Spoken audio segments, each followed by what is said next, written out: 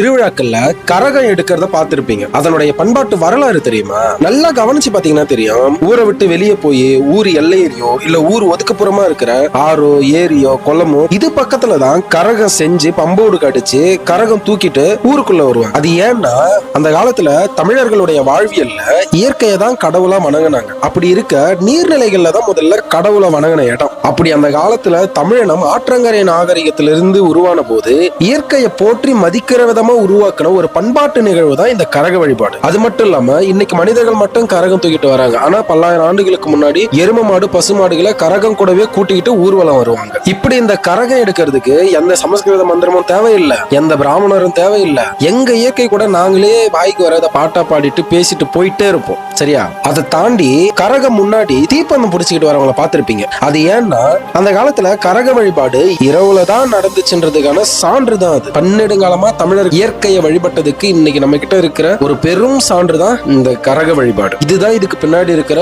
உண்மையான பண்பாட்டு வரலாறு.